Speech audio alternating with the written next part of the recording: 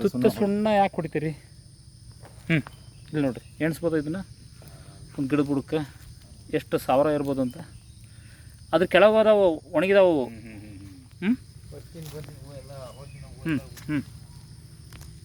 ಒಂದು ಹಂತದಲ್ಲಿ ಉದುರಲ್ಲ, ಒಂದು 4-5 ಹಂತದಲ್ಲಿ ಹಳ್ಳು ಉದುರ್ತೈತಿ.